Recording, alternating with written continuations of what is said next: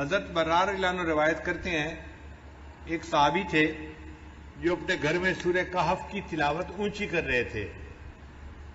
ان کے گھر کا صحن چھوٹا تھا, گھوڑا بھی بندھا ہوا تھا اور چارپائی کے اوپر ان کا بیٹا بھی لیٹا ہوا تھا, سویا ہوا تھا. اب ان کا دل چاہتا تھا کہ وہ اونچی تلاوت کریں, جہر سے تلاوت کریں. جب وہ جہر سے تلاوت کرتے تو گھوڑا بدکتا تھا اور ان کو ڈر ہوتا یہ گھوڑا کہیں میرے بیٹے کو لات نہ مار دے. تو وہ آہستہ پڑھتے تو گھوڑا بھی پرسکون ہو جاتا. پھر طبیعت میں جوش آتا, شوق اٹھتا, پھر دل چاہتا کہ اونچا پڑھیں, پھر گھوڑا بدکنے لگ جاتا. یہی ساری رات ہوتا رہا. جب صبح کا وقت ہوا انہوں نے دعا کے لیے ہاتھ اٹھائے تو انہوں نے دیکھا کہ کچھ بادل سے ہیں جن کے اندر روشنیاں ہیں اور یہ روشنیاں ان کے سر سے دور آسمان کی طرف جا رہی ہیں. پھر وہ نبی علیہ السلام کی خدمت میں حاضر ہوئے. فذکر ذالک للنبی صلی اللہ علیہ وسلم. انہوں نے نبی علیہ السلام کے سامنے یہ پوری رات کا قصہ بتایا تو نبی علیہ السلام نے فرمایا کہ یہ اللہ تعالیٰ کے فرشتے تھے جو تمہارے قرآن کی تلاوت سننے کے لیے تمہارے قریب آ گئے تھے. اگر تم تلاوت کرتے رہتے تو مدینے کے لوگ اپنی آنکھوں سے اللہ کے فرشتوں کو دیکھ لیتے.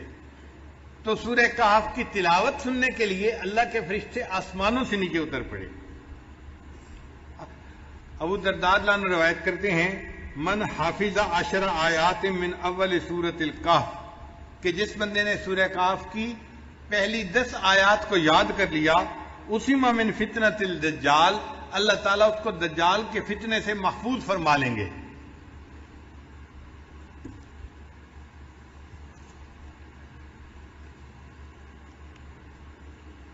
پھر معاذ رضی اللہ عنہ فرماتے ہیں کہ نبی علیہ السلام نے ارشاد فرمایا من قرأ اول سورۃ الکہف وآخرها کانت لہ نورا من قدمہ الی رأسہ, کہ جس نے سورہ کہف شروع میں تلاوت کی اس کے لیے قدموں سے لے کے سر تک نور ہوگا. ومن قرأها کلھا, اور جس نے پوری سورہ کہف کی تلاوت کی کانت لہ نورا ما بین السماء الی الارض, تو اس کے لیے اللہ تعالیٰ زمین سے لے کے آسمان تک نور پیدا فرما دیں گے.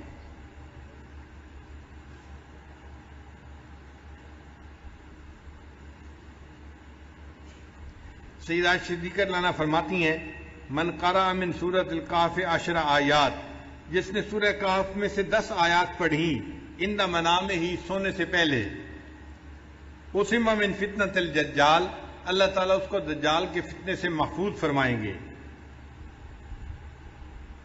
ابن عباس رضی اللہ عنہ فرماتے ہیں کہ نبی علیہ السلام نے ارشاد فرمایا سورۃ الکہف تدعی فی التوراۃ حائل, کہ سورہ کہف کا نام تورات کے اندر حائل تھا. حائلہ کیا مطلب؟ حائل ہونے والی, یعنی یہ بندے اور قبر کے عذاب کے درمیان حائل ہونے والی صورت ہے, بندے اور شیطان کے درمیان حائل ہونے والی صورت ہے.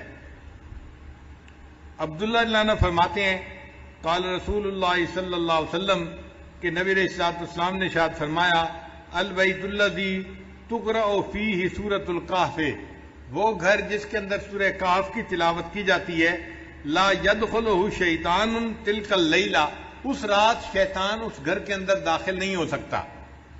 یعنی جو بندہ رات کو سورہ کہف تلاوت کر لے گا اس گھر کے اندر شیطان رات کو داخل نہیں ہو سکتا.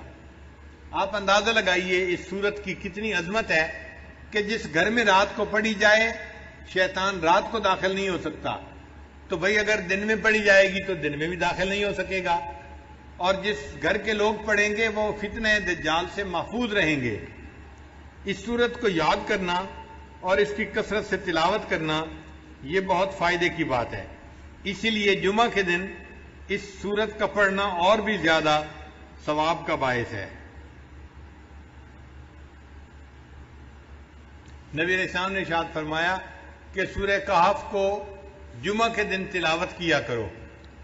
تو ہم سورہ کہف کی بھی تلاوت کریں جمعہ کے دن اور اس کو یاد کر کے پڑھنے کی کوشش کریں تاکہ اللہ تعالیٰ ہمیں شیطان سے بھی بچائے اور جو دجال ہے اللہ تعالیٰ اس کے فتنے سے بھی ہمیں محفوظ فرمائے.